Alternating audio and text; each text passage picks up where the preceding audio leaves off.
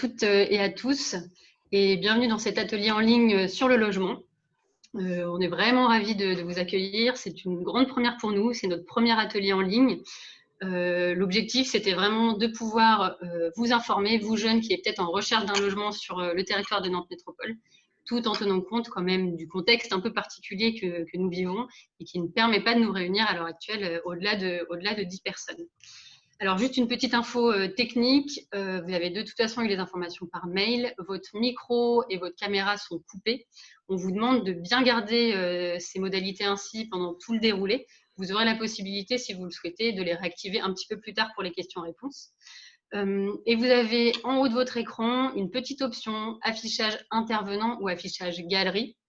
On vous invitera à passer en affichage intervenant. Ça vous permettra vraiment d'avoir la vidéo uniquement de la personne qui est en train de parler. Ça facilitera le visuel. Donc moi, je m'appelle Audrey. Je suis responsable donc, de l'information et de l'animation logement à la Maison de l'Habitant.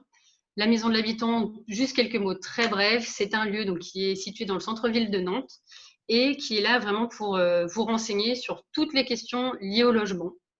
Il ne faut pas hésiter à s'adresser à la Maison de l'Habitant, quelle que soit votre question, quel que soit votre sujet, quel que soit le type de logement que vous recherchez. On est là pour vous renseigner au mieux. Nous sommes joignables en ce moment par mail, par téléphone, donc il ne faut pas hésiter à prendre contact avec nous. Je suis aujourd'hui accompagnée donc, de Marinette qui va co-animer l'atelier avec moi et qui est donc informatrice jeunesse au CRIJ et je la laisse se présenter rapidement.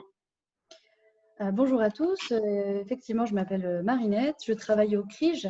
Alors un petit mot rapide sur le CRIJ, c'est une asso d'information pour les jeunes de 15 à 30 ans.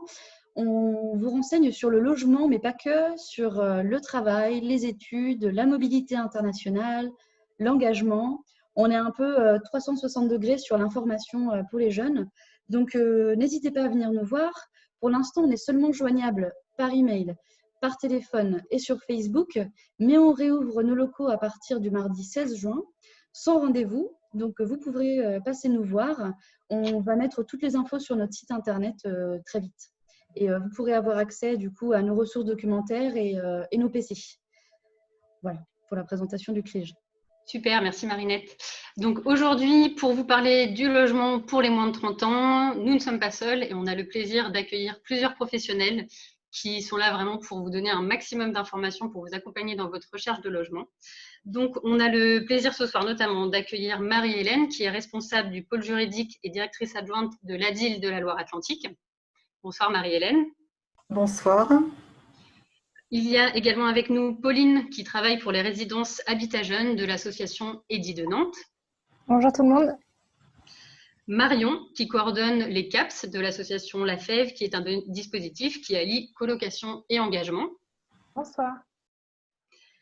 Erwan, de Nantes Nous. Bonsoir à tous. Et Zelda, de l'association Le Temps pour Toi. Bonsoir. Qui sont deux associations qui proposent de la cohabitation intergénérationnelle, entre autres. Et enfin, Yolène, qui travaille à Résidétape Nantes, qui est une résidence qui propose des appartements meublés. Bonjour à tous. Donc, pour finir cette petite introduction, rapidement, comment va se dérouler l'atelier? Là, on vous propose 45 minutes d'information. Donc, tous les partenaires qui sont présents ce soir vont vous présenter un peu les logements qu'ils vous proposent.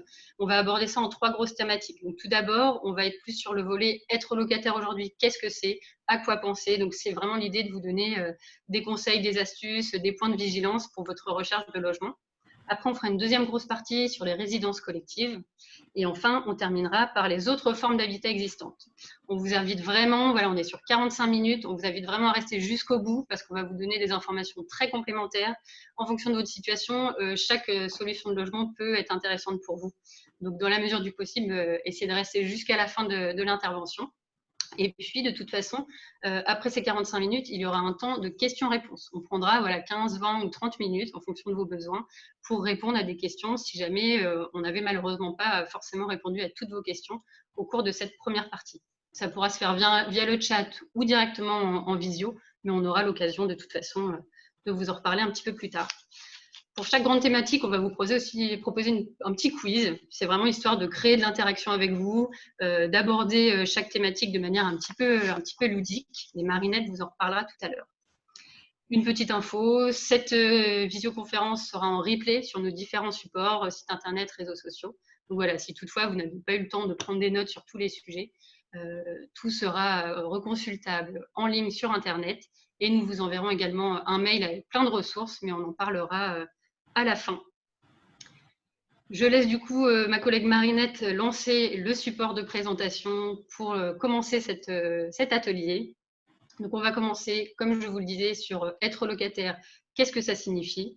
Et nous allons, sur ce point, aborder toutes les questions telles que le bail, le dépôt de garantie, les aides au logement auxquelles vous pouvez prétendre en fonction de votre situation.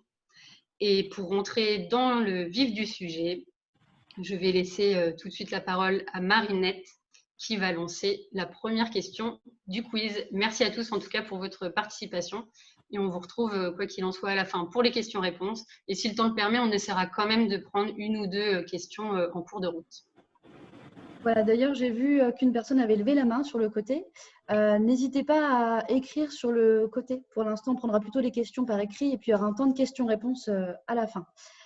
Donc, merci Audrey. Comme tu le disais, j'ai partagé sur votre écran s'affiche un diaporama qu'on va faire défiler tout au long de l'atelier. Et puis, je vais lancer un sondage. Donc, vous allez voir une question apparaître devant vous et vous allez avoir 20 secondes pour y répondre. Vous pouvez cocher toutes les réponses, en cocher une seule ou plusieurs. C'est vous qui voyez. Et puis, à la fin, une fois que j'aurai posé la question, je laisserai la parole à une professionnelle qui nous apportera son éclairage et présentera sa structure. C'est parti pour la première question. Tac. Alors, elle s'affiche normalement devant vous. Je dois m'installer dans mon nouveau logement. Quels frais dois-je prévoir? Mon premier loyer, mon dépôt de garantie, l'assurance habitation, d'autres frais annexes. Donc, je vous laisse. Alors, comme c'est la première, on va peut-être laisser un petit peu plus de temps pour répondre. Il faut savoir qu'il y a plusieurs solutions possibles. Voilà. Donc, pour l'instant, il y en a encore qui répondent. Je laisse les dernières réponses arriver, juste pour la première. Après, on sera plus court. OK. Tac. Alors, je clôt le sondage et je vous affiche les résultats. Donc, vous avez tous répondu que pour une première installation, bien sûr, il y a le premier loyer à payer et le dépôt de garantie. Et puis, vous avez un peu moins à répondre pour les deux autres réponses. Je laisse la parole à Marie-Hélène pour qu'elle nous indique les bonnes réponses ou la bonne réponse. Donc, sur cette première question, effectivement, donc, il fallait cocher la totalité des réponses puisque tous ces points sont à examiner pour la prise d'un logement en qualité de locataire. Super, merci Marie-Hélène.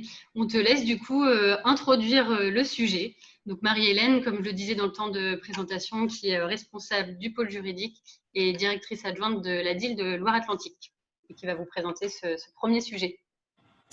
Donc, nous allons commencer pour parler du bail et de l'état des lieux. Donc, dans la pratique, on utilise le terme contrat de location ou bail. Il faut considérer que c'est un synonyme. Donc, le bail doit faire l'objet d'un écrit. Il n'existe plus de cas, c'est rarissime, de rencontrer effectivement une situation de bail verbal, c'est-à-dire de situation où il n'y aurait pas d'écrit. De plus, la loi prévoit bien que le bail doit être écrit. Si votre propriétaire est une personne physique, comme vous et moi, le bail doit être d'une durée de 3 ans minimum. Si c'est une personne morale, c'est beaucoup plus rare bien évidemment, comme une collectivité par exemple, le bail doit être d'une durée minimale de 6 ans. Lorsque vous détenez un contrat de location pour une durée de 3 ans, si le propriétaire ne vous donne pas congé au terme de cette durée, le contrat sera reconduit pour la même durée. Ça concerne les locations vides. Pour les locations meublées, il y a une particularité, même si les deux régimes sont très proches d'un point de vue juridique. La durée du bail est de 1 an minimum et le contrat est reconduit pour 1 an à défaut de congé. Une particularité pour éventuellement les étudiants, le propriétaire peut simplement rédiger un contrat d'une durée donc de 9 mois. Je rappelle donc que pour avoir la qualification de meublé, il est nécessaire que le logement détienne une liste de meubles, un mobilier indispensable. Il ne s'agit pas de considérer que l'on est dans un meublé en ayant simplement un lit ou quelques ustensiles de cuisine. Un décret donc est paru en 2015 et il nous donne la liste du mobilier pour la qualification de meublé. Ces dernières années, donc, nous avons un petit dernier, le bail mobilité, qui est donc, on peut dire, un nouveau type de contrat de location sur une durée de 1 à 10 mois. C'est une particularité. Cela est donc uniquement un contrat sur du meublé et il concerne un public très spécifique. Ce bail concerne des personnes qui sont en formation professionnelle ou pourquoi pas, qui sont en études supérieures, qui sont aussi en service civique. Donc le texte de loi nous précise la liste des publics concernés pour lesquels il peut être proposé par le propriétaire bailleur un bail mobilité. À notre connaissance, ce bail n'occasionne pas énormément de questions et n'est pas très usité.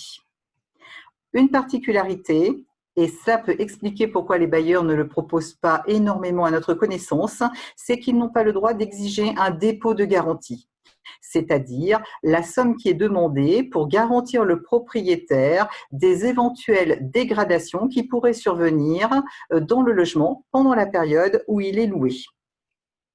Je rappelle que ces durées sont des durées minimales sur la durée du bail, mais que par contre, les locataires peuvent partir à tout moment, aussi bien en vide, en meublé ou dans le cadre du bail mobilité. Donc ça, c'était pour les durées de contrat de location. On peut aussi bien évidemment parler de l'importance de l'état des lieux.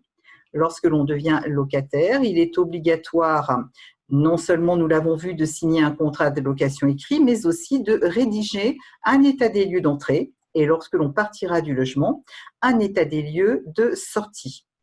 Ces documents sont rédigés de manière amiable et en présence du locataire et du propriétaire.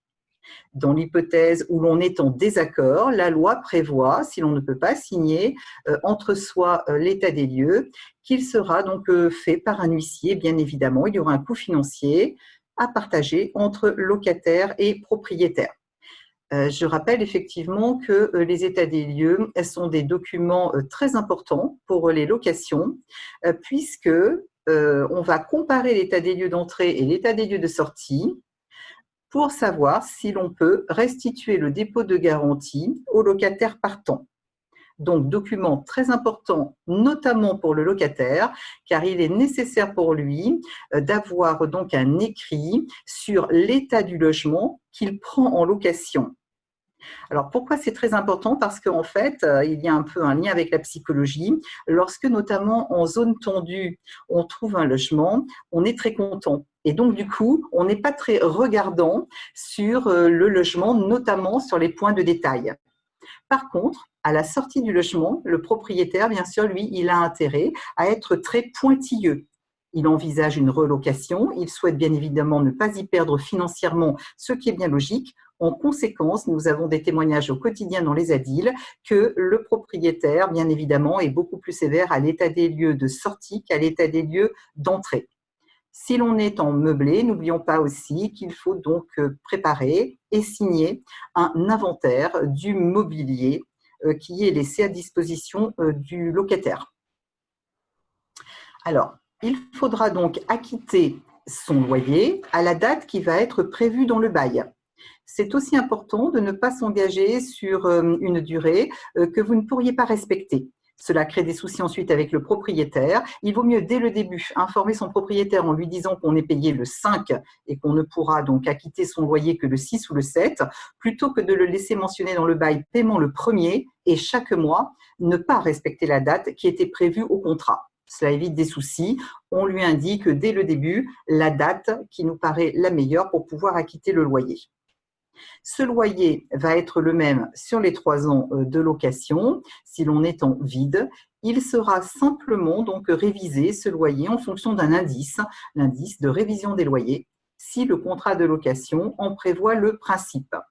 Ces dernières années, cet indice est relativement faible chaque année puisqu'il est inférieur à 1%. Mais c'est à prévoir dans le budget et ne pas penser que pendant les 3 ans, le loyer restera absolument au même niveau. En matière de charges, c'est donc un complément au paiement du loyer. Le locataire doit s'acquitter d'une provision sur charge. Elle est en règle générale mensuelle. Elle correspond aux charges sur donc les parties communes de l'immeuble, charges qui sont récupérables sur le locataire. Et comme on n'en connaît pas le montant à l'avance, il est permis pour le propriétaire de demander une provision mensuelle, trimestrielle, à prévoir dans le contrat. Qui dit provision dit régularisation. Au terme d'une année, le bailleur devra régulariser la provision sur charge. Autant vous dire que c'est l'occasion pour toutes les ADIL de France d'avoir énormément de questionnements, puisqu'à cette occasion-là, le propriétaire peut tout à fait demander un complément parce que les provisions versées par le locataire étaient insuffisantes. Donc, nous avons beaucoup de questions au quotidien dans le réseau sur les charges récupérables sur le locataire. Les frais qui sont en dehors donc du loyer et donc des charges prévues dans le contrat sont éventuellement des frais liés à l'intervention d'intermédiaires. Le logement, on peut éventuellement donc le trouver grâce à l'intervention d'un professionnel, agent immobilier, notaire. En conséquence, le locataire devra payer des frais de mise en location. Et les textes, depuis la loi Allure de Cécile Duflot en 2014, nous donnent un montant plafond TTC que les professionnels ne pourront pas dépasser. Grosso modo, sur des zones tendues, c'est 10 € le mètre carré de surface habitable. Donc, pour 70 mètres carrés, cela donnera 700 €, et 3 € par mètre carré de surface habitable pour l'état des lieux qui est obligatoire. Donc environ 910 € par exemple pour un logement de 70 mètres carrés. C'est une dépense qui se paie une fois, ensuite c'est terminé. Idem sur le dépôt de garantie. Le propriétaire, et il ne va pas s'en priver bien évidemment, va vouloir se sécuriser avec le versement d'un dépôt de garantie.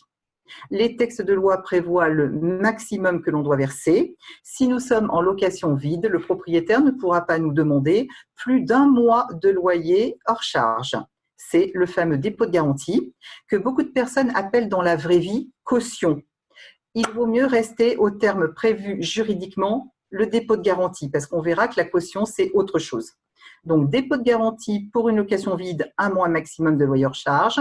Si l'on est en meublé, 2 mois maximum de loyer hors charge. On a vu que sur le bail mobilité, le propriétaire ne peut pas demander de dépôt de garantie. Souvent, on nous demande si le propriétaire peut encaisser le dépôt de garantie. Bien sûr, il a besoin d'encaisser, puisque sinon, effectivement, il n'aurait pas vraiment de garantie. Et la somme ne produit pas d'intérêt au bénéfice du locataire. Donc, on lui rendra la même somme quelques années plus tard, éventuellement déduite, bien sûr, des réparations indispensables suite à la signature de l'état des lieux de sortie. L'autre dépense indispensable qui va avoir lieu chaque année, bien évidemment, c'est d'acquitter la police d'assurance habitation. Il est absolument obligatoire pour le locataire, qu'il soit en vide ou en meublé, de s'assurer. Il doit même produire une attestation au propriétaire au moment de la remise des clés. C'est une sécurité pour le bailleur. À cette occasion-là, il vous est possible éventuellement de bénéficier d'un contrat particulier, d'un partenariat entre les villes de Nantes, Rezé et Saint-Herblain, qui propose à des personnes, sous condition de ressources assez larges, de contacter donc Groupama ou MAE, qui sont des compagnies d'assurance, qui donc vont proposer des tarifs plus avantageux que des compagnies classiques. Donc c'est un partenariat entre ces 3 villes. Je prends un exemple, pour un T1, cela peut donner environ 85 € donc d'assurance à l'année. Je passe rapidement, bien évidemment, sur d'autres frais dont vous avez sûrement entendu parler, bien évidemment. La taxe d'habitation, on passe assez vite puisqu'elle est en train de disparaître en fonction des revenus des familles, l'ouverture des compteurs eau, gaz, électricité, les dépenses liées à l'entretien de son logement, l'entretien courant, les réparations locatives indispensables à l'intérieur des parties privatives. Il faut aussi donc penser effectivement aux factures d'eau, factures de gaz, factures d'électricité. Et le budget doit bien sûr prendre en compte d'autres frais comme les abonnements Internet, les abonnements pour le téléphone, pour les transports.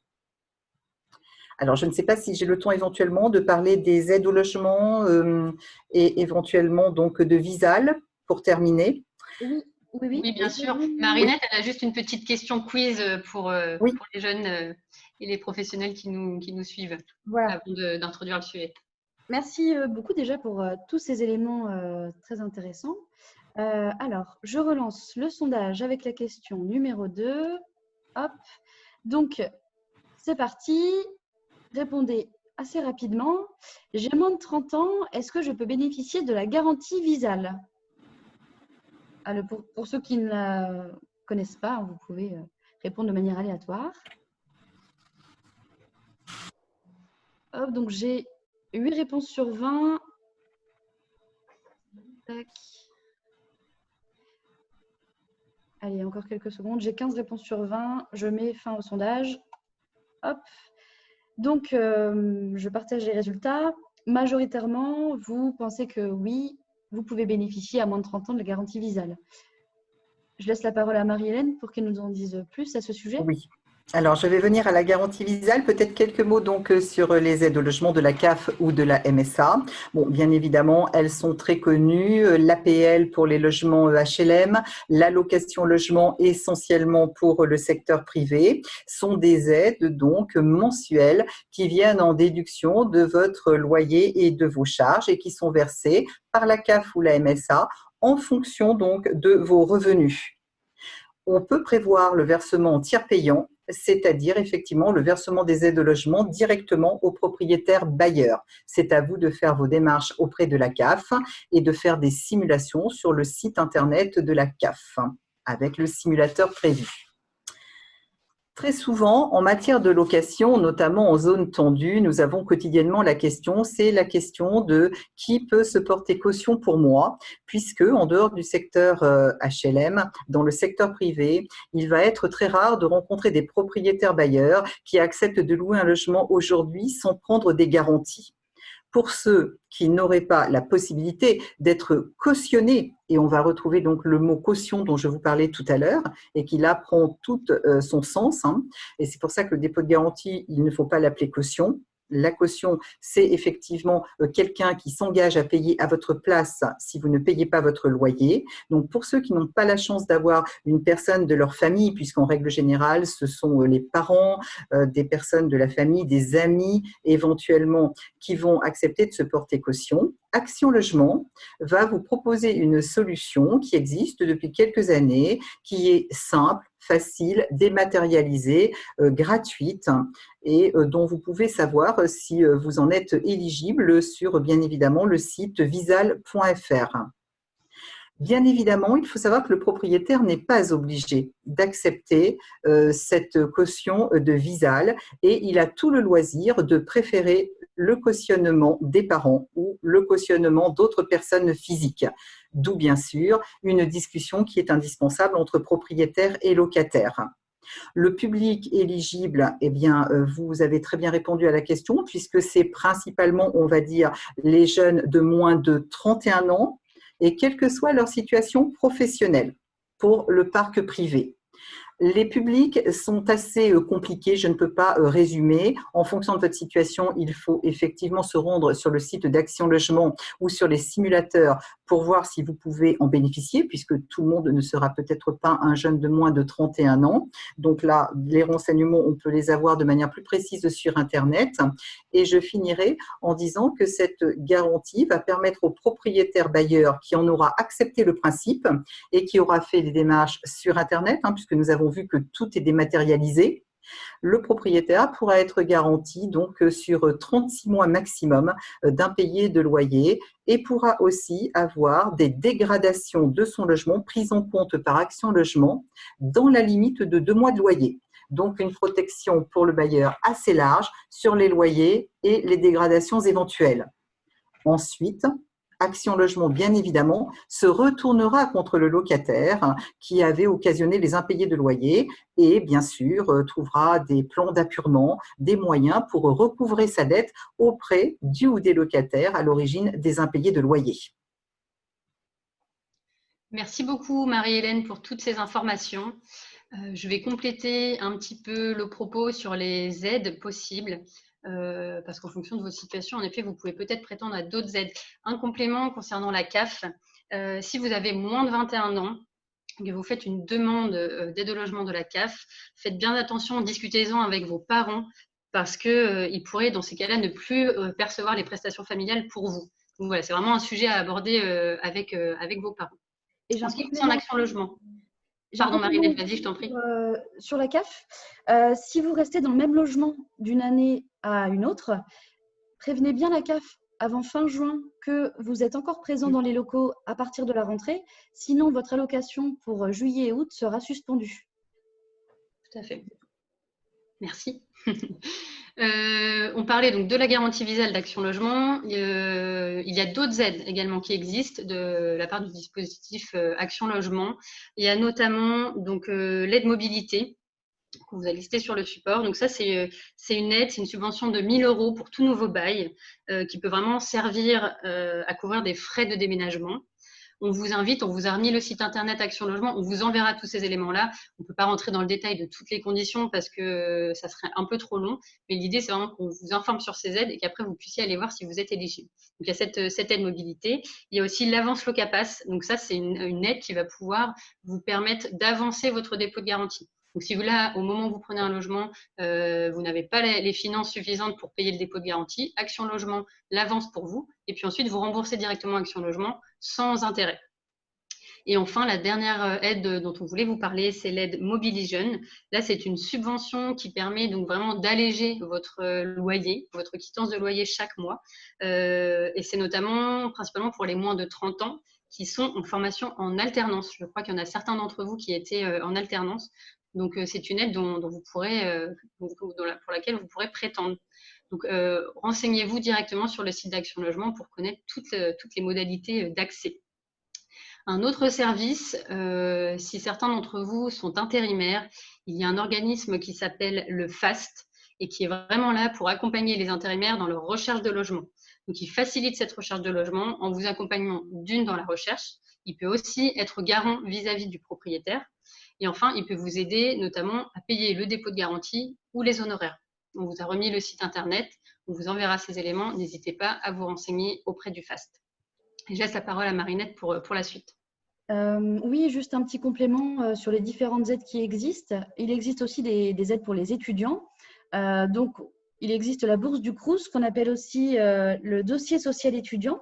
Donc, la demande, elle se fait sur messervices.étudiants.gouv.fr. Elle se faisait du 15 janvier au 15 mai, donc cette année, c'est terminé. Après, peut-être que c'est possible de contacter le Crous et voir si la demande est encore possible. Cette bourse, elle est calculée en fonction du revenu des parents.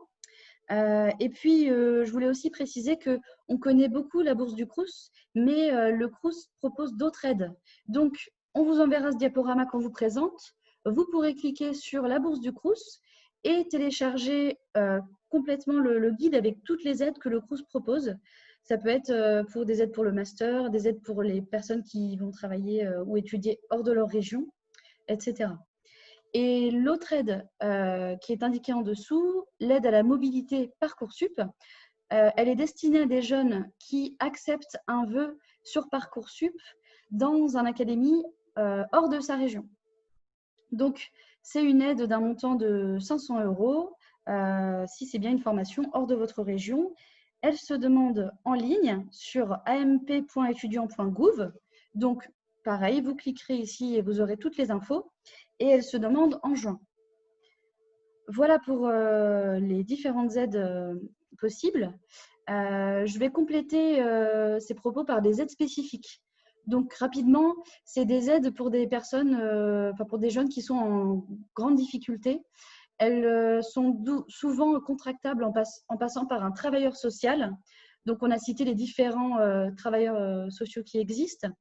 Ça peut être le Fonds d'aide aux jeunes, ou le FSL. Ce sont des aides aux jeunes en grande difficulté, temporaires, et ça peut permettre de payer un dépôt de garantie, un premier loyer, des équipements de première nécessité. Toutes les infos seront disponibles en cliquant dessus. Et il y a aussi les aides spécifiques du Crous. Donc, comme je vous le disais, il en existe plusieurs, dont celle-ci. Il faut passer par une assistante sociale du Crous qui, si elle voit que vous êtes en grande difficulté pour payer votre loyer, votre nourriture, vous équiper, peut vous être attribuée. Voilà pour les aides. Qu'est-ce que tu penses, Audrey? Je pense qu'on a fait le tour. C'est déjà pas mal. Ouais? Ok.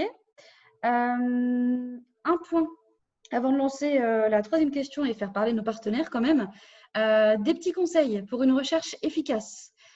Ce qu'on vous conseille, c'est de commencer la recherche au monde en appart tôt. Donc, déjà, vous êtes là, donc ça prouve que vous êtes motivé. Juin, c'est la période idéale parce qu'à partir d'août, c'est très compliqué pour trouver un logement dans la ville de Nantes, qui est une ville à flux tendu. Ensuite, on vous conseille de calculer votre budget pour savoir quel type de logement vous cherchez. Je vous partagerai après le guide logement que le CRIJ a réalisé. Il y a dedans un tableau qui vous permet d'estimer quelles seront vos dépenses. Marie-Hélène, on a évoqué auparavant, et quelles seront vos sources de revenus. Donc, ça peut être les APL de la CAF, les bourses pour les étudiants. Ça peut être aussi un petit job que vous faites en complément pour arrondir vos fins de mois. Voilà, donc ce tableau est très utile. Ensuite, on vous conseille de diversifier vos sources, la façon dont vous cherchez votre logement. Passer par des sites internet, on y pense souvent, par des agences, par des partenaires qui sont présents aujourd'hui, mais vous pouvez aussi utiliser les réseaux sociaux. Il y a plein de groupes pour rechercher, des colloques, des locations sur Facebook. Et soyez vigilants.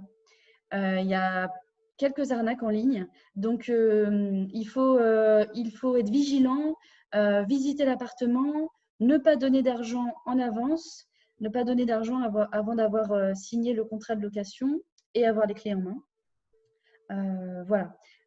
Donc, n'hésitez pas par la suite si vous avez des questions sur les arnaques qui peuvent exister. Ensuite, il faut être réactif. Donc, si vous voyez une annonce passer, on vous invite à contacter directement le propriétaire. Voilà, dégainez votre téléphone, passez un coup de fil. Il y a peut-être d'autres jeunes qui sont sur le coup, donc il ne faut pas louper sa chance. Ensuite, quand vous faites la visite du logement, préparez votre dossier, ayez tous les éléments avec vous. Et donc, ça veut dire préparez-les peut-être dès maintenant pour avoir les bulletins de salaire de vos parents qui sont peut-être vos garants, par exemple. Ça peut prendre du temps pour les avoir. Donc, voilà, ayez ce dossier avec vous le jour J pour mettre le plus de chances de votre côté. Ensuite, rapidement, élargissez votre secteur de recherche. Parfois, on se dit, je veux chercher absolument à côté de mon université, de mon lieu de travail, mais peut-être que vous ne trouverez pas. Donc, pensez aux villes qui sont aux alentours de Nantes, Rezé, Saint-Sébastien, Saint-Herblain, Orvaux, excusez-moi. Voilà, il peut y avoir d'autres pistes. Et puis, voilà, diversifier le type de logement que vous cherchez. C'est pour ça qu'aujourd'hui, on a tenu à faire cet atelier aussi. C'est pour vous présenter la variété des logements qui existent à Nantes. Parce qu'on pense souvent à la location d'un appart, mais il n'y a pas que ça. Et puis, si vous ne trouvez pas, il faudra penser à une solution d'urgence qui est parfois un peu plus chère, comme une auberge jeunesse, aller au camping du Petit Port à Nantes, louer un Airbnb. Mais malheureusement, c'est des situations dans lesquelles se retrouvent des jeunes en août. Voilà, donc ça peut arriver, c'est pour ça qu'il faut être motivé et chercher dès maintenant. C'était tout pour la partie conseil pour une recherche efficace. Super, merci beaucoup Marinette. Et je pense que du coup, tu peux lancer la prochaine question pour commencer le nouveau thème qui est sur les résidences collectives. Alors, c'est parti pour la troisième question. Si j'ai moins de 30 ans, dans quel type de résidence collective je peux faire une demande de logement ? Alors, je vous laisse quelques secondes pour y répondre.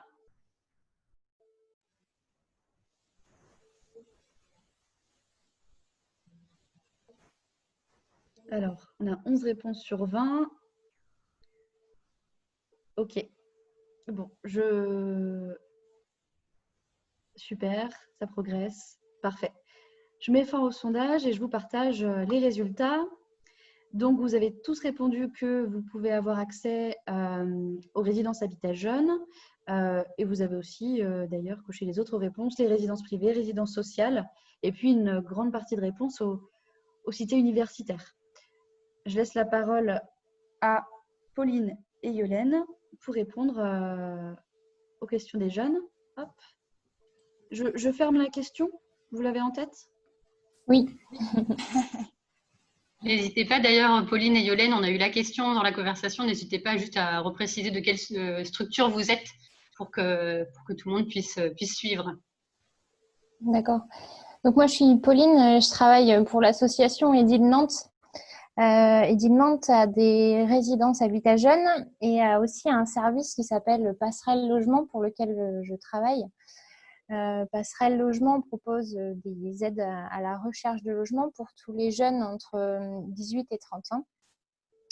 Je vous en parlerai un peu plus du coup à la fin du diaporama. Là, avec Yolène, on va essayer de répondre à vos questions sur les résidences de manière plus générale en fait. Voilà, donc je m'appelle Yolène, je suis chargée de gestion locative à l'association Résidétape qui gère plusieurs résidences sociales sur la France entière, donc sur Nantes et sur Saint-Nazaire ici sur le territoire. Donc ce sont des studios meublés, donc 136 studios sur la résidence de Nantes. Et donc, on abordera un petit peu plus tard aussi comment faire des demandes sur ce type de résidence. Donc, sur la question qui vient d'être posée, en effet, encore une question où toutes les réponses sont bonnes. Donc, sur ces types de résidences sont plus ou moins similaires, mais les services qui sont proposés et le fonctionnement diffèrent un petit peu. Donc sur les résidences jeunes et résidences sociales, les logements sont pour la plupart du temps meublés et équipés, donc ça permet de s'installer rapidement. Elle propose en général donc, de la vaisselle, un lit, de la literie qui est fournie aussi, des équipements de cuisine comme un frigo, un micro-ondes, etc. Donc attention, quand le logement est meublé, ça veut dire aussi que l'élément qui est manquant ou qui est abîmé peut être facturé au moment du départ. Enfin, c'est ce qu'on disait tout à l'heure avec l'établissement d'un inventaire et d'un état des lieux à l'entrée. Donc c'est important de savoir que ces éléments-là peuvent être facturés au moment du départ. Donc dans les logements qui sont privés, certains logements peuvent être meublés, mais ce n'est pas toujours le cas. Donc il faut prendre en compte quand vous déménagez les frais que peuvent engendrer l'achat de mobilier, l'équipement, etc. Ensuite, sur ces résidences, contrairement au parc social ou au parc privé, où on paye un loyer et des charges qui s'ajoutent, des charges liées à l'énergie, par exemple l'électricité, l'eau, Internet, en résidence, on paye ce qu'on appelle une redevance, où toutes les charges sont incluses. Dans certaines résidences, il y a des extras qui sont proposés, par exemple pour la laverie, Internet ou même des parkings. Contrairement aussi aux loyers où ils sont payés donc à terme qu'on appelle échoir, c'est-à-dire par exemple, si on rentre dans un logement le 5 juin, on va payer son loyer début juin. Là, à l'inverse, la redevance se payera donc à la fin du mois, donc à terme échu. Donc une autre différence avec le logement, un propriétaire privé par exemple, ça va être la durée du contrat de location.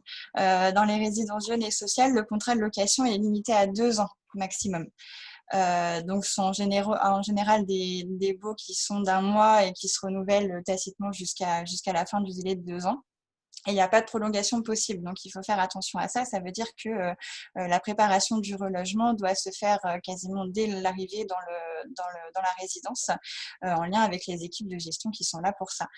Donc, ce sont des logements temporaires hein, en général qui sont principalement faits pour une période d'études, par exemple, ou une mobilité, une arrivée sur Nantes récente. Donc, c'est une solution tremplin vers un logement un peu plus durable derrière. Donc, dans le parc privé, comme on disait tout à l'heure, la durée des contrats de location sont plus longues, donc de 3 ans, et qui se renouvellent de la même durée jusqu'à 6-9 ans, par exemple. Donc, il y a d'autres types de baux qui existent, comme on l'a abordé avec Marie-Hélène, les nouveaux baux mobilité, par exemple, qui permettent de réduire ces durées-là, mais les critères d'éligibilité sont assez précis, donc tout le monde ne rentre pas dans ces critères-là. Concernant les préavis, justement, on en a parlé tout à l'heure, où donc dans le parc social ou dans le parc privé, on est sur plusieurs semaines.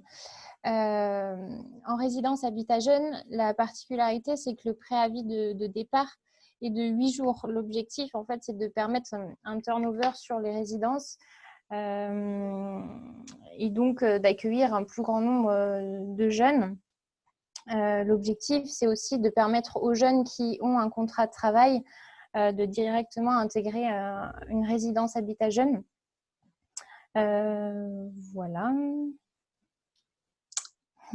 Donc, comme pour dans un logement classique en résidence collective, on va vous demander de verser un dépôt de garantie à l'arrivée. Donc, on l'a expliqué, hein, c'est une somme d'argent qui est en général encaissée et remboursée quand vous partez du logement. Après, déduction voilà, d'éventuelles réparations locatives, ça peut être des prestations de ménage, par exemple, ou le remplacement d'équipements qui seraient cassés ou manquants. Donc, le dépôt de garantie est normalement constitué d'un mois de loyer sans les charges. Dans le parc privé, on se rend compte assez régulièrement que les propriétaires peuvent exiger le paiement de plusieurs mois de loyer. En pratique, légalement, c'est pas autorisé. Hein, le propriétaire n'a pas le droit de vous exiger plusieurs mois de loyer. En revanche, quand vous passez par une agence, par exemple, il peut y avoir des frais de réservation ou de dossier qui se rajoutent au paiement du dépôt de garantie. Ce qui est intéressant dans les résidences collectives, donc les habitats jeunes ou résidences sociales, c'est qu'on peut vous proposer le financement du dépôt de garantie par un prêt Locapass, comme on en parlait tout à l'heure. Donc, ce prêt qui est mis en place par Action Logement, ça permet d'étaler le paiement du dépôt de garantie sur plusieurs mensualités. Donc, ça reste un prêt, ça vous engage, mais ça vous permet voilà, d'étaler ce paiement et beaucoup moins utilisé dans le parc privé. Tout à l'heure, on a aussi parlé donc de la garantie Visale. Pour les résidences, elle est fortement conseillée, voire dans certaines résidences obligatoire. Pour l'association Édile Nantes, on ne demande pas forcément d'avoir un garant, ni même le dispositif Visale.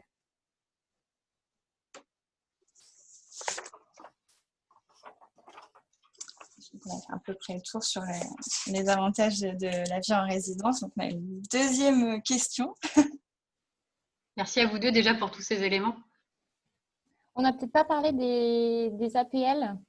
Le montant des APL en résidence, il est plus élevé que dans le parc social ou dans le parc privé. Il y a une convention avec la CAF qui est signée. En fait, pour une personne seule, le montant d'APL maximum peut atteindre 371 € par mois contre 269 dans le parc privé ou dans le parc social. Donc, ça permet aux jeunes de faire souvent des économies et surtout de réduire le coût lié au logement. Ok, eh bien, merci beaucoup pour tous ces éléments. On passe à la question suivante. Tac. Alors, je n'ai pas besoin d'un accompagnement social. Est-ce que je peux quand même habiter dans une résidence jeune ?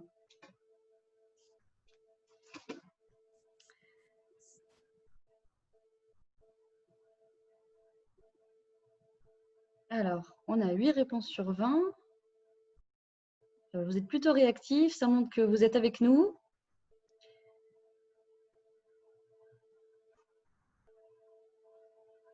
Hop, je clôt le sondage et on a clairement une réponse unanime. Hop, donc presque tout le monde pense que oui, vous pouvez quand même être dans une résidence jeune.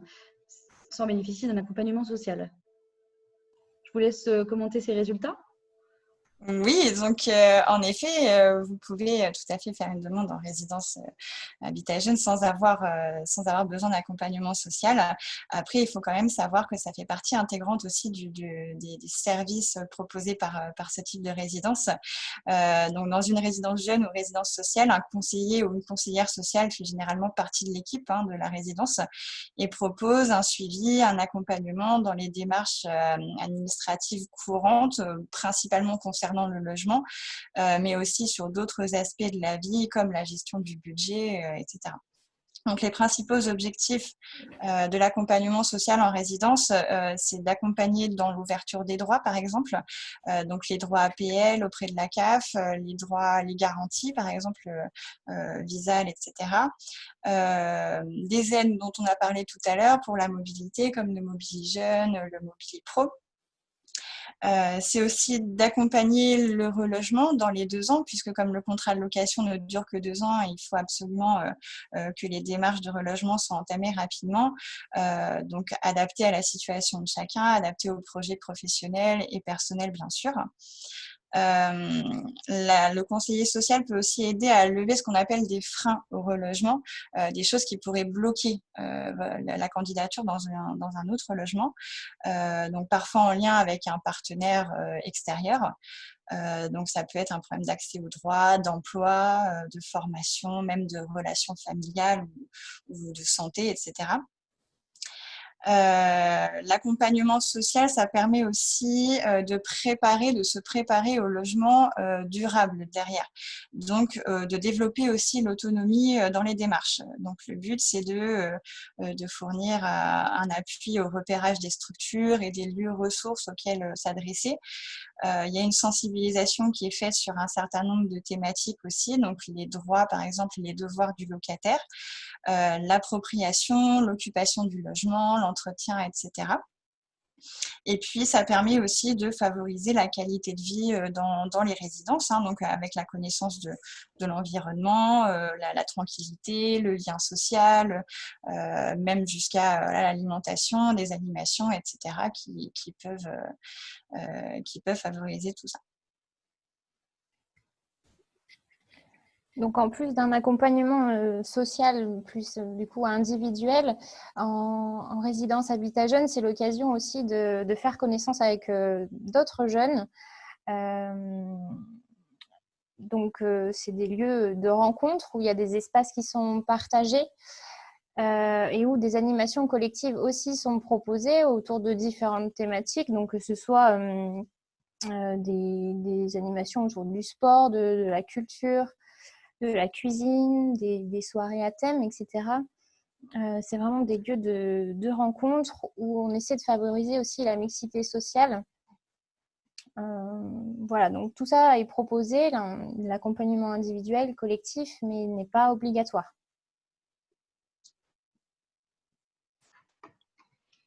Merci beaucoup à vous deux pour ce temps de présentation sur la résidence. Vous aviez des choses à ajouter peut-être ? Un petit point sur comment faire sa demande du coup en résidence. Donc pour faire une demande en résidence jeune ou sociale, il faut saisir sa candidature en ligne. Donc il y a une plateforme Log Studio qui permet de candidater de façon groupée pour les résidences Habitat Jeune de Nantes. Voilà, il y a Adélis et Dit Nantes. Tout ça. Pour les autres bailleurs comme Espacil, Villogia ou Résidétape, dispose d'un site internet qui est propre. Donc, chaque candidature doit se faire sur le site de la structure concernée. Donc, en général, il faut fournir plusieurs documents pour que la candidature soit étudiée. Donc, on va réclamer des justificatifs d'identité, la carte d'identité, le titre de séjour, etc. Des justificatifs de situation, donc le contrat de travail, l'attestation de formation, de stage, par exemple. Des justificatifs de ressources, donc les bulletins de salaire, des attestations de rémunération, de stage, etc. des justificatifs de logement précédents. Bon, ça va être en général des quittances, les 3 dernières quittances de loyer, ou une attestation d'hébergement si vous êtes hébergé en ce moment. Les avis d'impôt aussi qu'on doit étudier, et puis alors un garant ou pas, si ça dépend des exigences du bailleur, si c'est facultatif ou pas. On a parlé de la VISAL tout à l'heure par rapport à ça. Donc, les résidences étudient les dossiers et contactent les candidats pour un entretien de préadmission qui prépare en fait le passage du dossier devant une commission d'attribution, puisqu'en résidence collective, c'est une commission qui attribue les logements aux candidats. Donc, dans certaines résidences, il ne faut pas dépasser un certain plafond de ressources sur les revenus N-2 de revenus d'avis d'impôt. Et puis, alors attention, dans certaines résidences, on a plusieurs types de logements pour les couples, par exemple, mais d'autres résidences n'accueillent que des personnes seules.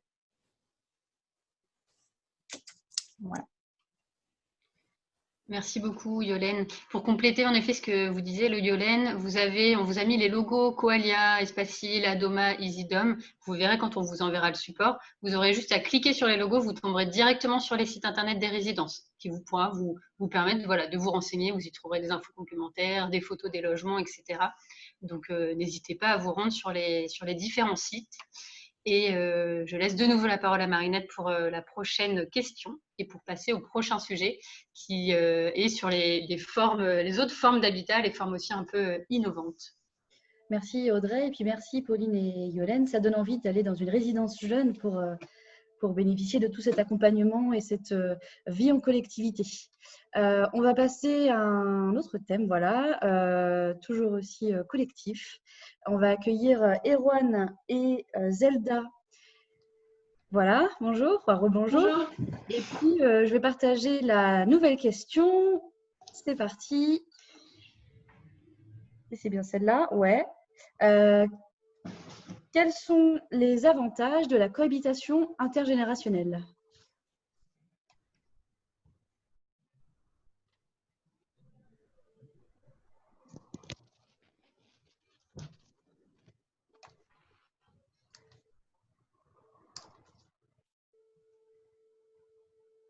Ok, on a 7 réponses sur 20. 12. J'aime bien que l'aura 15 quand même. Bon, allez, on est à 14 et 15 réponses sur 20, donc je mets fin au sondage. Hop, et je vous partage les résultats. Donc, avec une majorité de réponses pour les avantages de la cohabitation intergénérationnelle, ne pas vivre seul et bénéficier d'un logement peu coûteux. Je ne vais pas en dire plus, je ne suis pas spécialiste dans ce type de logement, donc je laisse la parole à Zelda de l'association Le Temps pour Toi et Erwan de l'association N'Entre Nous. Bonjour à tous, donc effectivement là nous allons vous présenter une façon d'habiter un peu alternative qui est la cohabitation intergénérationnelle. Donc le principe est assez simple et il commence à être connu, c'est d'aller habiter chez une personne âgée dans un souci d'échange et de solidarité. Et pour rebondir un peu sur la question, effectivement, vous ne serez pas seul, vous serez dans un environnement propice pour travailler et vous ne ferez pas le ménage ou de l'aide à la personne, en fait, de la personne âgée qui va être accompagnée par des professionnels. Vous ferez votre ménage de votre chambre, des espaces que vous allez utiliser. Mais voilà, c'est une présence avant tout qui vous est demandée. Voilà pour les valeurs communes. Alors l'association, je vous parle vraiment de l'association Le Temps pour Toi comme on travaille. C'est avant tout une rencontre en fait entre deux personnes avant même de proposer un logement. On essaye de voir qui peut cohabiter avec qui parce que l'idée c'est que ça fonctionne et que vous vous sentiez bien chez la personne. Et donc en fait, pour nous, les hébergés, les hébergeurs peuvent être un petit peu tout le monde. Les hébergeurs entre 35 et la plus âgée, là cette année avec 97 ans, et les hébergés entre 16 et 70 ans. Donc c'est vraiment de manière très très large, l'intergénérationnel dans toute son envergure. La convivialité et l'échange sont vraiment des valeurs fondamentales, hein. Tous nos contrats, c'est ce qui rassemble toutes les propositions que l'on peut faire, quel que soit l'âge de l'hébergeur. L'idée, c'est vraiment d'échanger du temps, c'est d'avoir une présence, un engagement de présence uniquement le soir et la nuit. On se met d'accord ensemble sur le nombre sur lequel vous souhaitez vous engager, mais c'est toujours uniquement le soir et la nuit. Et plus ou moins, en fonction des formules choisies, on a 2 formules qu'on appelle donc la première, la formule classique, où vous avez un engagement de présence, donc un certain nombre de soirs et de nuits en plus de la convivialité, hein, qui se retrouve partout, contre le logement. Et on a la formule parcours, où il n'y a pas cet engagement de présence à proprement parler, on est vraiment sur de la convivialité, voilà, contre un logement. Au niveau des inscriptions, donc c'est dès maintenant. Il y a un formulaire à télécharger sur notre site internet et à nous renvoyer par mail en ce moment, de préférence, hein. Vous pouvez le faire par courrier, mais on n'a pas accès à notre boîte aux lettres tous les jours. Le coût, on est entre 50 € et 190 € en équivalent mensuel. Donc là, moi, ce que je vous dis, c'est vraiment tout compris. Donc prestation de l'association, les charges, donc au gaz, électricité, et redevance s'il y a. Voilà, on a un contrat où il peut y avoir un petit loyer, une petite redevance qui peut être demandée. Voilà, donc les conditions pour l'association, c'est à partir de 16 ans. Avoir envie de cohabiter, bien sûr, et on est sur Nantes et sur Angers, petite particularité. Et donc, on étudie les candidatures dès maintenant pour septembre. Donc, il y a d'abord un entretien avec l'association et ensuite un entretien avec un hébergeur potentiel s'il y en a quelqu'un qui correspond à votre demande. Voilà. Et c'est vous qui choisissez ensuite si vous êtes d'accord pour cohabiter avec la personne. Il y a un accompagnement, bien sûr, de l'association. On est présent du début jusqu'à la fin. Il y a évidemment un état des lieux d'entrée, comme on en parlait au début, un état des lieux de sortie. Voilà, il y a un suivi. Vous pouvez nous contacter à tout moment de la cohabitation en cas de problème. Donc voilà pour l'association Le Temps pour Toi. Je vous laisse entre les mains d'entre nous. Et d'ailleurs, je me suis trompée dans la répartition de la parole. Je suis désolée. Non, mais je vais essayer de reprendre. Ne t'inquiète pas, Zelda. Je te remercie. C'était général. Donc, ça reprend en gros ce qu'on fait à l'association d'entre nous. Hein, donc, rebonjour à tous. Je suis donc Erwan Kemery, le fondateur et le responsable de l'association d'entre nous, qui constitue l'une des antennes locales du réseau COSI, comme cohabitation solidaire intergénérationnelle, un réseau implanté dans les grandes villes universitaires françaises, notamment en métropole, mais également en Outre-mer. Contrairement au Temps pour Toi, on est plutôt limité sur un territoire restreint, en sachant que nos hébergeurs sont situés sur Nantes et la proche agglomération nantaise, à une vingtaine, trentaine de kilomètres aux alentours du centre-ville de Nantes. L'association existe depuis déjà 15 ans. Elle propose donc également principalement des hébergements solidaires de jeunes de moins de 30 ans chez nous, au domicile de personnes de plus de 60 ans. Les conditions pour être logé à l'association, donc avoir le statut soit d'étudiant, de jeune travailleur ou de demandeur d'emploi, être majeur, rechercher une cohabitation donc sur l'agglomération nantaise, il y a des qualités requises qu'on retrouve aussi partout, hein, je pense que c'est la même chose autant pour toi, mais principalement être sociable, être motivé par la démarche. Ce n'est pas les parents qui poussent à trouver ce type de solution, en tout cas il faut y consentir également, être sympathique et disponible. D'entre nous, comme spécificité, propose également l'accueil de jeunes au sein de 4 foyers pour adultes en situation de handicap. Le dispositif se nomme le dispositif des voisins solidaires. Les jeunes disposent d'un studio indépendant ou d'un appartement qu'ils partagent avec d'autres jeunes en contrepartie d'une veille passive de nuit. Donc là, on a actuellement 9 jeunes logés par ces intermédiaires depuis 5 ans que le projet existe et on est censé se développer l'année prochaine à ce sujet. Il y a différentes formes aussi de cohabitation. Ce n'est pas les mêmes noms peut-être qu'autant pour toi, mais il y a un engagement plus ou moins important entre la présence qu'on appelle conviviale, où la présence se limite à la semaine, et la présence qu'on appelle solidaire, où le jeune est là la semaine, en principe un week-end sur 2 et une partie aux vacances scolaires. Autre spécificité à l'association d'entre nous, c'est qu'on on organisait avant le Covid des réunions des rassemblements assez fréquents entre les adhérents de tout âge confondu pour créer du lien entre eux. Donc, on avait des temps d'échange où on se retrouvait, on dégustait ensemble des petits plats, en sachant qu'on avait également comme particularité d'accueillir un jeune sur 2 ou 3 d'origine étrangère francophone, ce qui mettait un petit peu de vie également à la fois chez les personnes âgées, mais également dans le cadre de la vie associative. Qu'est-ce que je peux rajouter en complément de ce qu'avait évoqué juste avant Zelda ? De toute façon, il y a beaucoup d'informations que vous pouvez retrouver sur la foire aux questions-réponses qui figure sur le site internet. Vous avez le petit lien de toute façon sur la diapo, puis vous recevrez après le détail. Et vous avez également les offres disponibles qu'on actualise au jour le jour. Et pour vous dire qu'en l'espace de 15 ans, ce sont plus de 650 jeunes, donc de 18 à 30 ans principalement, qui ont été hébergés au domicile de plus de 200 personnes âgées. On peut avoir ponctuellement quelques cas particuliers, notamment des offres sur le littoral atlantique, mais on n'a pas beaucoup de candidats en face pour y répondre. Comme on a également, mais c'est encore de manière un peu expérimentale, des personnes de moins de 60 ans qui accueillent en raison de leur handicap. C'est pas l'âge qui intéresse, là, c'est leur situation qui concerne aussi d'entre nous depuis quelques années. Donc, on a 2 hébergeurs de moins de 60 ans qui accueillent parce qu'ils sont en situation de handicap. Voilà. Alors, je ne sais pas, Zelda, si tu avais des points complémentaires à remettre en avant maintenant, mais je pense qu'on a fait un peu le tour de la question.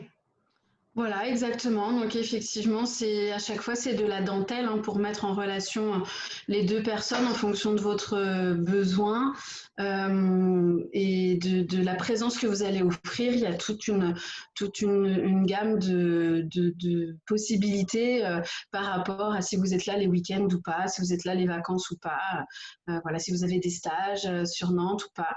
Voilà, on essaye de s'adapter à votre besoin par rapport aux besoins de nos hébergeurs. Effectivement, le principe, c'est de mettre en relation deux personnes, deux besoins.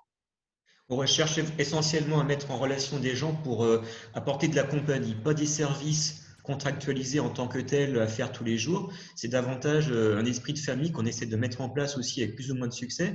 Mais le but, c'est que les échanges se fassent au fur et à mesure que l'échange commence à se mettre en place. Il n'y a pas de solution clé en main. Chacun a ses propres qualités, défauts, ses centres d'intérêt également. Mais on fait en effet du cousu humain entre un jeune qui peut arriver à Nantes pour la première fois, qui ne connaît personne, et une dame ou un monsieur âgé qui se retrouve seul chez lui ou chez elle parce que les enfants sont partis très loin, parce que le conjoint est décédé.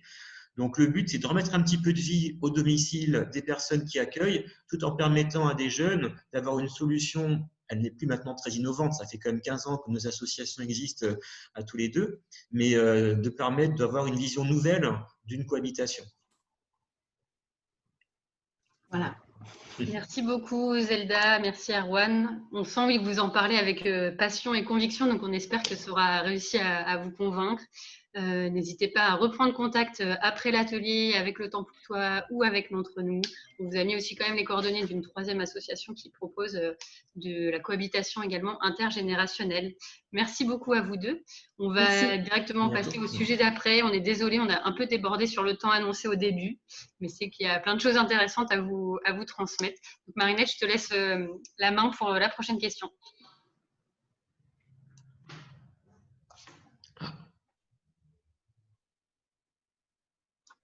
Marinette, on ne t'entend pas, tu as le micro désactivé. Oups. Merci. Je te remerciais et je disais qu'on allait accueillir Marion, du coup, qui travaille à la FEV et qui va répondre à la question que je vous pose dès maintenant. Saviez-vous qu'il est possible de lier engagement social et colloque? Alors, on a encore 18 participants. Vous restez avec nous. Et en plus, vous êtes super rapide. Hop, je laisse encore quelques secondes. Super. Hop. Alors, une majorité de personnes pensent qui savaient que oui, il est possible de lier ces deux choses. Est-ce que tu peux nous en dire plus, Marion? Oui, bien sûr. Bonsoir, rebonsoir à tous, rebonjour, il fait pas encore nuit. Je vous propose justement une formule, un projet qui permet de lier la colloque et l'engagement social, l'engagement associatif. Et ce projet s'appelle CAPS, Colocation, un projet solidaire. Donc, je m'appelle Marion, je représente l'équipe qui coordonne le projet CAPS sur la métropole de Nantes. Donc, qu'est-ce que c'est les CAPS, les colocations, un projet solidaire? Ce sont des colocations qui se situent dans les quartiers populaires de la métropole de Nantes. Et ce sont des colocations de jeunes qui ont envie de s'investir dans leur quartier auprès des habitants en participant ou en mettant en place des actions solidaires. À qui ça s'adresse? Ce sont pour des personnes qui ont entre 18 et 30 ans, qui ont du temps libre pour mener ces actions, qu'on estime environ à 4 heures par semaine. Et puis c'est aussi pour des personnes qui ont envie de vivre en colocation et envie de partager un logement. Donc, à quoi ressemble ce logement? C'est un logement qu'on partage avec 2 autres personnes. Donc, il y a 3 personnes en tout dans l'appartement et chacun a sa chambre. On partage le salon, la cuisine, la salle de bain et les toilettes. Et ce sont des logements qui ne sont pas meublés, qui se meublent en général entre colocataires. Certains vont amener un canapé, l'autre va amener son frigo et on arrive à avoir un logement meublé. En ce qui concerne le loyer, on est autour de 200 € par mois par colocataire. On a parlé de charges tout à l'heure. Il faut penser par rapport à ce loyer de 200 € à rajouter tout ce qui est eau, électricité, assurance habitation, Internet, si on veut Internet. Ils sont également éligibles aux APL. Donc, on peut déduire les APL si soi-même on est éligible à ces aides-là. Je vous ai parlé d'actions solidaires. À quoi ressemblent ces actions? On propose 2 types d'actions aux CAPSeurs, donc aux jeunes qui habitent en colocation. Et donc, le premier type d'action, ça va être des actions un peu clés en main. On propose soit d'accompagner un jeune sur son parcours scolaire, soit d'accompagner un étudiant en première année de licence. Dans un registre un peu différent, on propose de participer au conseil citoyen du quartier ou encore de participer au collectif des CAPSeurs. Ce sont les CAPSeurs qui représentent un petit peu l'ensemble des CAPSeurs de la métropole. Et puis, deuxième type d'action qui va peut-être laisser un peu plus de place à l'initiative, ce sont des actions qui vont porter sur des thématiques spécifiques et ça va être des thématiques comme le développement durable, l'environnement, où on peut imaginer de participer à un jardin partagé ou d'organiser des ateliers do it yourself.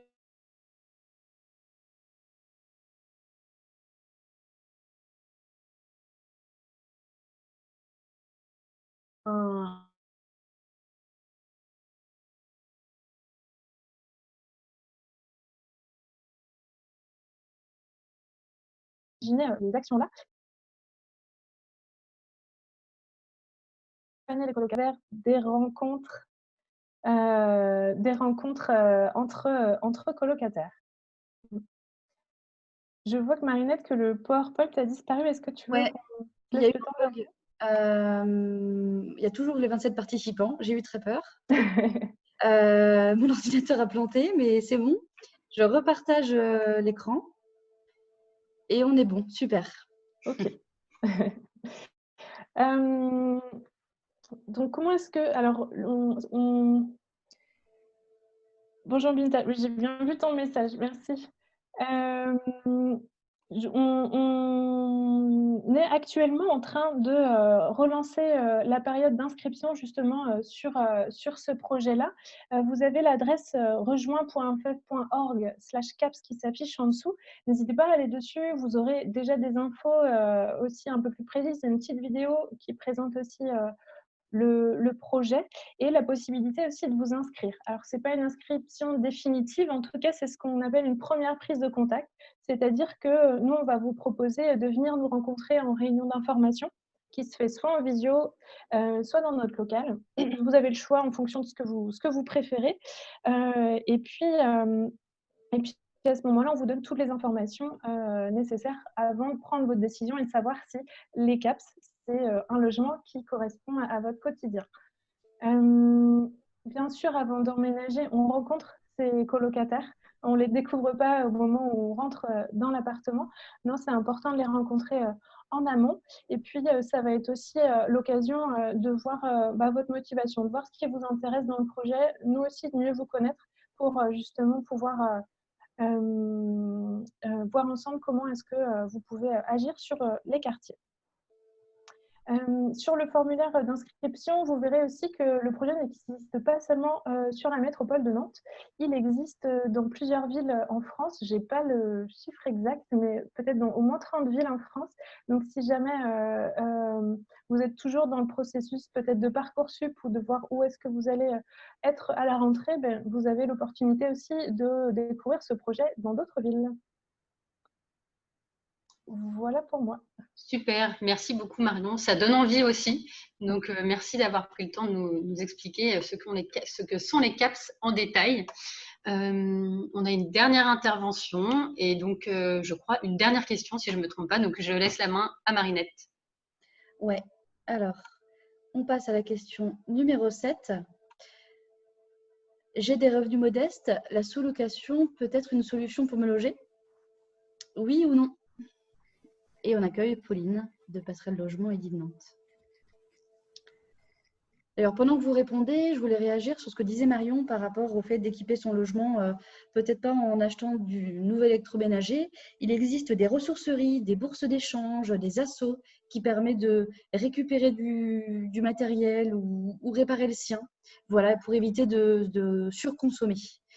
On vous mettra ça dans le diapo. Alors, tac, je parle beaucoup, mais je vais mettre fin au sondage. Hop. Et donc, oui, vous pensez à 92% que la sous-location peut être une solution pour vous loger, si vous avez des revenus modestes. Donc, je laisse Pauline prendre la parole à ce sujet. Oui, donc comme je vous disais tout à l'heure, moi je travaille pour l'association Edith Nantes, donc il y a des résidences Habitat Jeunes, anciennement les foyers jeunes travailleurs. Mais Edith Nantes a aussi un service un peu spécifique, c'est une passerelle logement. C'est un lieu d'accueil en fait pour tous les jeunes entre 18 et 30 ans pour l'aide à la recherche de logement notamment. Donc, c'est une aide à la recherche de logement par le biais d'informations collectives qui ont lieu tous les mardis soirs de 18h à 20h, donc sur inscription. Lors de cette information collective, on va parler de la recherche de logement sur Nantes, toutes les possibilités, donc entre autres ce qu'on est en train d'évoquer. Et on vous propose aussi à la suite de cette information collective des entretiens individuels. On échange avec vous et on essaie de vous apporter une solution qui soit adaptée à votre situation. Lors de cet entretien individuel, il peut ressortir que vous ayez besoin d'un accompagnement sur le logement. Donc, ce qui est proposé par le biais donc, de la sous-location, en fait, Passerelle Logement à des logements à peu près 140 donc, sur le secteur, sur le territoire nantais. Donc, c'est des logements diffus. Et on propose donc aux jeunes un accompagnement social. C'est un accompagnement à peu près une fois par mois sur l'aide aux démarches administratives liées par exemple à l'installation, ouverture de compteur, ouverture de droits sociaux également. C'est une aide aussi au budget. On va établir avec vous votre budget, vous donner des conseils aussi sur la gestion et la maîtrise des énergies. L'objectif, c'est de se faire en fait une première expérience en logement seul et autonome pour pouvoir par la suite travailler avec vous une recherche de logement plus pérenne. Donc voilà ce qui est de la sous-location. Ensuite, Passerelle propose également des ateliers numériques. Donc là, c'est tous les mercredis après-midi de 13h30 à 19h. Pour l'instant, c'est sur rendez-vous avec le Covid. Sinon, c'est en libre accès. Et donc là, il y a un travailleur social qui va vous accompagner sur vos démarches sur Internet. Donc, les démarches qui sont liées à la recherche de logement, mais également sur les aides dont on a pu parler tout à l'heure, Mobilijeunes, Visal. Voilà, on n'a pas tous un ordinateur chez soi, donc ça permet aussi de faire des scans, d'être conseillé et guidé dans ces démarches. Et puis, pour finir, Passerelle, c'est aussi Passerelle Énergie depuis peu. On essaie de développer des actions autour de l'énergie, sur comprendre sa facture, faire le choix de son fournisseur, parler des éco-gestes dans son logement. Enfin voilà, autour des questions sur toute cette thématique. Et là aussi, c'est des permanences qui ont lieu les vendredis après-midi. Je vous conseille toutefois de prendre rendez-vous si vous avez des questions spécifiques. On a également un site internet où tout est bien expliqué dessus. Je vous invite à vous y rendre. On a également une page Facebook. Voilà, j'ai essayé d'être assez rapide. Merci. Mais Merci pour répondre aux questions, il n'y a pas de souci. Oui, on va bientôt arriver aux questions. Restez avec nous jusqu'au bout. Juste pour terminer, donc voilà, tous les professionnels qui sont intervenus vous ont présenté différentes solutions pour vous loger. On a voulu quand même vous lister pour essayer d'être un peu plus exhaustif d'autres possibilités. Donc voilà, vous avez les infos là sur le PowerPoint. Donc il y a bien sûr la colocation, un peu plus classique que ce que présentait Marion. On vous a mis donc le site notamment de la carte des colocs ou de apartager.com. Même chose, vous pourrez aller dès demain quand on vous enverra le support, vous pourrez aller directement sur les liens. Il y a aussi les chambres chez l'habitant. Vous pouvez trouver des annonces sur Roomlala ou sur Locavise, notamment pour le public étudiant. Il y a d'autres formes de colocation solidaire. L'association Lazare, la maison de Marthe et Marie proposent des solutions de colocation solidaire sur le territoire aussi de Nantes Métropole. Il existe des résidences intergénérationnelles. Pensez également, pour ceux d'entre vous qui sont étudiants, au logement du Crous, sachant qu'en plus, à la différence des bourses dont vous parlez, Marinette, tout à l'heure, pour les demandes de logement, le délai est prolongé. Voilà, le Crous s'adapte un peu à cette situation et prolonge les demandes de logement jusqu'au 23 juin à 10h. Vous avez encore un tout petit mois voilà, pour faire votre demande de logement. Donc, n'hésitez pas à vous connecter sur le site du Crous. Il y a également des aumôneries étudiantes qui peuvent être des solutions à bas coût pour se loger. On vous mentionne également la demande de logement social. Donc, il faut savoir qu'à la maison de l'habitant, vous pouvez faire votre demande de logement social. Les délais d'attribution des logements peuvent être un petit peu longs. Donc, ce n'est pas forcément une solution à privilégier si vous êtes dans une urgence, c'est-à-dire que vous cherchez un logement là pour cet été ou pour la rentrée. Par contre, il peut être bon d'anticiper sa demande de logement social en la faisant dès maintenant ou dans les mois à venir pour anticiper la fin de vos études, voilà, la sortie d'un logement temporaire, d'une résidence habitat jeune, d'un logement étudiant. Vous pouvez faire votre demande dès maintenant. Après, il suffira de bien penser à la mettre à jour chaque année pour qu'elle soit toujours valable et que vous puissiez avoir un logement dans le parc social d'ici quelques mois ou d'ici quelques années. Ce n'est pas valable pour les CAPS, mais si vous avez des questions de toute façon sur ce sujet-là, Marion pourra y répondre tout à l'heure. Et enfin, on voulait vous mentionner également les agences immobilières à vocation sociale. N'hésitez pas à vous rapprocher de ces trois associations, notamment qu'on vous a citées, Habitat Humanisme, Solia et Trajet. Elles nouent vraiment des liens étroits avec des propriétaires pour ensuite pouvoir louer les logements à des personnes qui auraient des revenus un peu plus bas. Donc, il ne faut pas hésiter à prendre contact avec eux. Elles font vraiment un rôle voilà, d'interface entre vous et entre des propriétaires. Donc, Habitat Humanisme, Solia et Trajet, même chose, on vous enverra de toute façon tous les éléments et les coordonnées demain dans notre mail récapitulatif. On ne les a pas forcément mentionnés, mais bien sûr, il y a aussi des sites internet très classiques, notamment si vous cherchez un logement dans le parc privé. Alors, n'hésitez pas à vous connecter sur leboncoin.fr, sur pap.fr, sur fnim.fr ou encore sur seloger.com. Ce sont vraiment des sites un peu de référence où vous trouverez de nombreuses annonces de location, voire même parfois de chambres chez l'habitant. On en termine pour ce terme voilà, de présentation de tous les logements. Je vais laisser la parole à Marinette pour conclure avant de passer aux questions-réponses. Merci. Une conclusion rapide. Voilà, on a essayé d'être assez exhaustif dans la présentation de tous les types de logements qui peuvent exister, vous donner des conseils pour ne pas se faire avoir quand vous cherchez votre premier appart, et puis sur les aides financières. Donc, n'hésitez pas à nous contacter la Maison de l'Habitant, le CRIJ, et puis tous les partenaires qui étaient là aujourd'hui. Vous pouvez aussi rencontrer des spécialistes qui peuvent vous accompagner dans vos démarches, comme aller dans des ressources Cap Jeunes, l'espace Passerelle Logement, voilà, le mercredi après-midi. Et puis, je voulais quand même vous montrer une ressource importante, c'est le guide du logement du CRIJ. Alors, j'arrête ce partage d'écran, hop, et puis je vous partage le guide, hop. Alors, je me permets.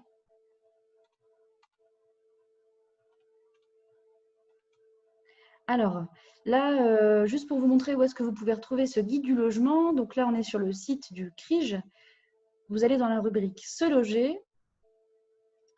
Ici, vous allez avoir de nombreux articles avec plein de conseils. Et puis, sur votre gauche, le guide « Trouver un logement ». Et puis, du coup, ce guide va… vous allez retrouver dedans de nombreuses informations, en plus du diapo qu'on vous a donné. Hein.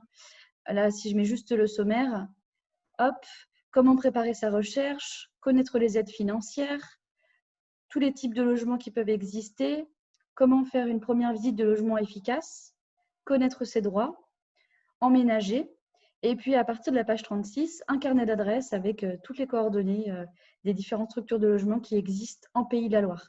Donc, on a des jeunes qui ne sont pas forcément de Nantes aujourd'hui avec nous. Ce guide, il est régional, donc il peut aussi vous concerner. Voilà. Je crois que c'est tout pour la petite conclusion.